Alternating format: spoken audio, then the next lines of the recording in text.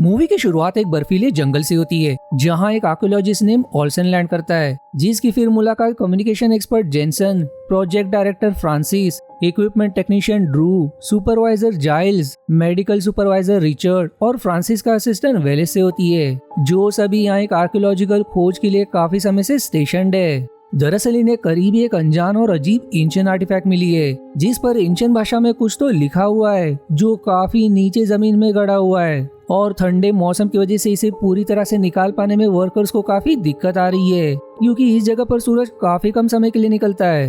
अब अगले दिन ऑल्सन, जेनसन और जाइल्स वापस से उस साइट पर जाते हैं, जहां ऑल्सन उस आर्टिफैक्ट की भाषा को पढ़ने की कोशिश करता है, पर उसे इसमें लिखे शब्द बिल्कुल भी समझ नहीं आते।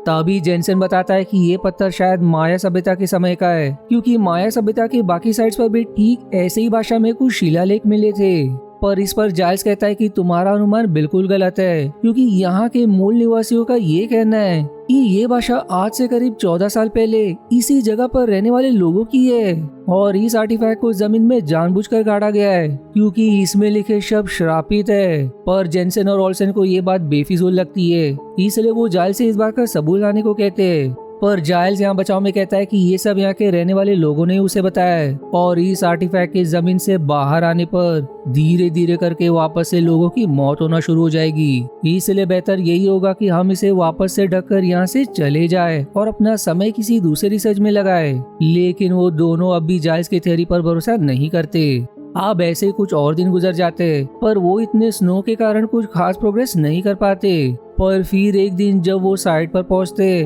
तो उन्हें वहाँ उनके साथी के एक बिल्ली की लाश मिलती है, जिसे देख सभी दंग रह जाते। उन्हें समझ नहीं आता कि ऐसा निर्दय काम कौन कर सकता है, और ना ही वो पता कर पाते कि इसके पीछे कौन था। पर ये तो सिर्फ शुरुआत थी, क्योंकि अगले दिन हंगामा मच जाता है जब उन्हें पता चलता है कि सारे मजदूर जो एक्सकवेशन के काम में लगे थे वो बिना बताए ही पैदल चले गए, जो कि अजीब बात है, क्योंकि इतने घने और बर्फीले जंगल में ज्यादा देर तक सर्वाइव कर पाना मुश्किल है।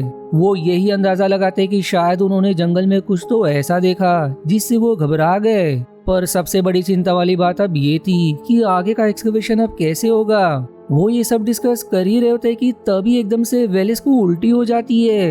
उनका मदद के लिए कंट्रोल टावर से अब संपर्क भी नहीं हो पाता, यानी कि अब वो बुरी तरह से फंस चुकी है। अब ऐसे ही करते करते कुछ और दिन बीत जाते और इसे खाली पड़े रहने से सभी बेचैन होने लगते, क्योंकि मदद का कोई नामो निशान नहीं था और उनके सप्लाईज भी खत्म होते जा रहे थे। इसके बाद फिर ऑल्सन को साइड से मिट्टी का बर्तन मिलता है, जिसकी जांच करने पर उसमें से इंसानी खून के कुछ अंश मिलते हैं, जिससे वो अंदाजा लगाता है कि इन बर्तनों को इंसानी बलि के तौर पर इस्तेमाल किया जाता था। उनके होश तो तब उड़ जाते जब अगले दिन सभी वेलेस को भयंकर दर्द में तड़पता पाते, जिसकी हाथ में कुछ तो अजीब रेंगता नजर आता है। उनके पास अब उसे क्योर करने का समय नहीं था, क्योंकि वो इन्फेक्शन जल्दी उसके शरीर में फैल जाता, जिससे उसकी मौत हो जाती। इसलिए आखिरी रास्ता वो उसका हाथ काट देते, जो करने के बाद वो उसे दवाई की मदद से कैसे तो शांत करते। अब इस घटना से सभी दहल उठते, उनकी इमोशन भी बहने लगते, जिसके असर में वो एक दूसरे से ही झगड़ने लगते। पर ऑल्सन के जिद के चलते वो अब भी जाइल्स की बताई बात पर गौर नहीं करते कि उन्हें एक्सकवेशन छोड़कर इस शापित जगह से भाग निकलना चाहिए। फिर हम देखते हैं कि जब दिन ढलता है, फ्रांसिस को ऐसा महसूस होता है जैसे उसे किसी ने पुकारा, जो उससे डरावनी और भारी आवाज में सवाल करता है कि क्या तुम देख पा रहे हो। पर फ्रांसिस को समझ नहीं आता कि आखिर ये आवाज कहाँ से आ रही है। अब अगले दिन परिस्थिति और बिगड़ जाती है, क्योंकि जेनसन देखता है कि पगला ड्रू ने अपना एक हाथ ही काट लिया है, जो एकदम से बेकाबू भी होने लगता है, जिसे सभी मिलकर मेडिसिन की मदद से कैसे तो शांत करते हैं। जाइल्स को अब भरोसा होने लगा था कि ये सब कोई इत्तेफाक नहीं है, ये सब उस बरियल साइड का असर है। पर वो मदद का इंतजार करने के अलावा और कुछ कर भी नहीं सकते थे। लेकिन उनकी मुसीबतें यहाँ खत्म नहीं होती, क्योंकि उसी रात जेनसन को भी वही अनजान आवाज पुकारने लगती है, जिसका पीछा करने पर वो अनजान शैडो उसे दिखाई भी देता है, जिसे देख जेनसन के रोंगटे खड़े हो जाते हैं। और फिर ये सीन यही कट होकर अगले दिन की तरफ मुड़ जाती है। पिछले दिन की घटना शायद उसका कोई वहम था, इसलिए वो डॉक्टर रिचर्ड से खुद को चेकअप करवाता है। लेकिन रिचर्ड को लगता है कि शायद उसने बस एक बुरा सपना देखा और स्ट्रेस के असर में उसे लग रहा है कि वो सब सच था। वहीं करीब मिले कुछ और आर्टिफैक्ट्स की स्टडी करने पर ओल्सन एक नए नतीजे पर पहुंचता है। इन सभी पर हिरन जानवर की नक्काशी की गई है और ये कोई बरियल साइट नहीं बल्कि एक मंदिर हुआ करता था जहां पुराने लोग इनकी पूजा किया करते थे। खास करके कि हजारों साल पहले यहाँ भयंकर बीमारी के चलते कई लोगों की मौत हो गई जो जमीन के नीचे ही धंस गए, जिनकी बीमारी के बैक्टीरिया और जर्म्स भी बर्फ के नीचे दब गए। और जैसे जैसे अब बर्फ पिघलेगी वैसे वैसे ये बैक्टीरिया आजाद होंगे और वेलेस और ड्रू के पागलपन का कारण भी ये बैक्टीरिया हो सकते हैं, इसलिए उन्हें बहुत सावधान रहना पड़ेगा।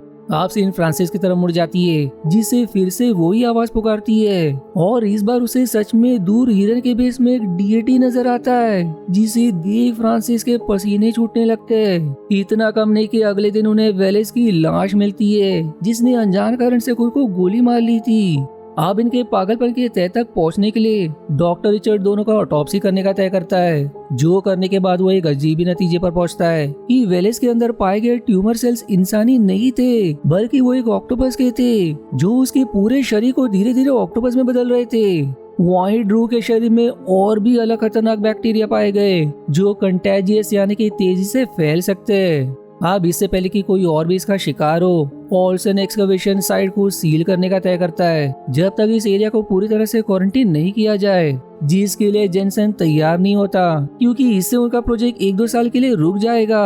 पर उसे ओल्सन की बात माननी पड़ती है क्योंकि उसके ऑर्डर पर ही प्रोजेक्ट को फंडिंग आती है। इसके बाद अब सीन फ्रांसिस की तरफ मुड़ जाती है जिसे फिर से वही डीएटी पुकारता है जिसे फाइनली फ्रांसिस करीब से देख पाता है जो फ्रांसिस को बाकियों की जान लेने के लिए उकसाने लगता है। फ्रांसिस को समझ नहीं आता कि ये सब उसके दिमाग का वहम है या सच है। वो रियलिटी से अपना कंट्रोल ही खोने लगता है। इतने में ही वहाँ जेनसन भी आ जाता है जिसे डीएटी दिखाई नहीं देता, पर वो डीएटी फ्रांसिस को जेनसन की जान लेने के लिए भड़काने लगता है। लेकिन फ्रांसिस खुद को कैसे तो कंट्रोल में रखता है। पर जब वेलेस की कंडीशन चेक करने के लिए ओल्सन डॉक्टर के कॉटेज जाता है तो फ्रांसिस ने डीएटी के असर में तड़पते वेल्स की जान ले ली थी, जो देख ओल्सन के तो होश ही उड़ जाते हैं। फ्रांसिस उसे समझाने की कोशिश करता है कि उसने ये वेलेस के कहने पर किया जो उसे मजबूर कर रहा था दर्द से आजाद करने के लिए, इसलिए उसने उसकी नस काटकर उसे दर्द से आजाद करने की कोशिश की, पर वो इससे भी नहीं मरा। तब उसने कुल्हाड़ी से उसकी जान ली, पर ओल्सन उसकी बात पर कैसे भरोसा करता, इसलिए जायस की मदद से वो उसे कमरे में लॉक कर देता है इससे पहले कि वो और किसी की जान ले। लेकिन शायद ओल्सन की बात सही थी क्योंकि कुछ देर बाद जब ओल्सन ड्रू की लाश के करीब होता है तब वो लाश अपने आप जाकर उसे उसी एंशिएंट बैक्टीरिया के बारे में बताने लगता है जो सिर्फ इंसानों के स्किन पर अपने अंडे देती है, जो अपने प्रजाति को बढ़ाने के लिए इंसानों की आंखों को अपना घर बनाती है और हर साल 5 लाख से ज्यादा इंसानों को अपना शिकार बनाती है। जिससे क्लियर हो जाता है कि वेल्स ने क्यों पहले अपना हाथ काटा और फिर खुद को आंखों पर गोली मार ली, क्योंकि वो बैक्टीरिया के कारण दर्द को बर्दाश्त नहीं कर पा रहा था। ओल्सन अब इससे एकदम अचंभित हो जाता है कि एक लाश ऐसे अजीब बातें कैसे कर पा रहा है, इसलिए वो फ्रांसिस की तरह अपना आपा खो बैठता है और उसके चेहरे पर कई बार वार करने लगता है ताकि वो चुप हो जाए, जिसे रिचर्ड आकर आखिर में रोकता है। अब तो ये तय हो चुका था कि सभी अपना आपा खो रहे, सिर्फ जाइल्स ही बचा था जिसने अभी तक कुछ अजीब अनुभव नहीं किया था। पर जब वो जेनसन को यहाँ से जाते देखता है तो उसे लगता है कि वो उनका बचा हुआ खाना लेकर अकेले भाग रहा है, जिस बार का उसे बहुत गुस्सा आता है। इसलिए वो उसे धमकी देता है कि अगर उसने ऐसा किया तो वो उसकी जान लेने से पीछे नहीं हटेगा। जाइल्स का अब माथा पूरी तरह से सनक चुका था, जो डिप्रेशन और गुस्से में बिना खाना पीने के इमरजेंसी सप्लाईज की रात भर रक्षा करने लगता है, जिससे वो और पैरानॉइड हो जाता है। इसलिए आखिर में अपना आपा खोकर वो सबसे पहले फ्रांसिस और फिर रिचर्ड को भी खत्म कर देता है, जो जेनसन पर भी गोली चलाता है। पर आखिर में वही जेनसन के हाथों मारा जाता है, लेकिन इससे जेनसन बुरी तरह से घायल हो चुका था। वो ओल्सन को समझाता है कि अब एक ही चाह रहा है, ओल्सन को खुद अकेले मदद के लिए जाना होगा। ओल्सन तो उसे ऐसे घायल छोड़ना नहीं चाहता था, पर मजबूरन उसे जाना ही पड़ता है। लेकिन रास्ते में इस बार ओल्सन को वही डीएटी दिखाई देता है, जो उससे जवाब की मांग करता है कि उसकी क्या औकात है, जो वो भगवान यानी कि उसे समझने की कोशिश कर रहा है। इस धरती और ब्रह्मांड को बनाने वाला वही है, जिसके सामने एक पिंडी से इंसान का कोई मूल्य नहीं है। वो उसे ये भी धमकी देता है कि चाहे वो कितना ही दूर चला जाए, पर यहाँ पे कोई भी नहीं बचेगा। ऑल्सन जो पहले ही पैरानॉइड था वो अब गुस्से में उस पर कई गोलियां चलाता है, लेकिन डीएटी को कुछ नहीं होता।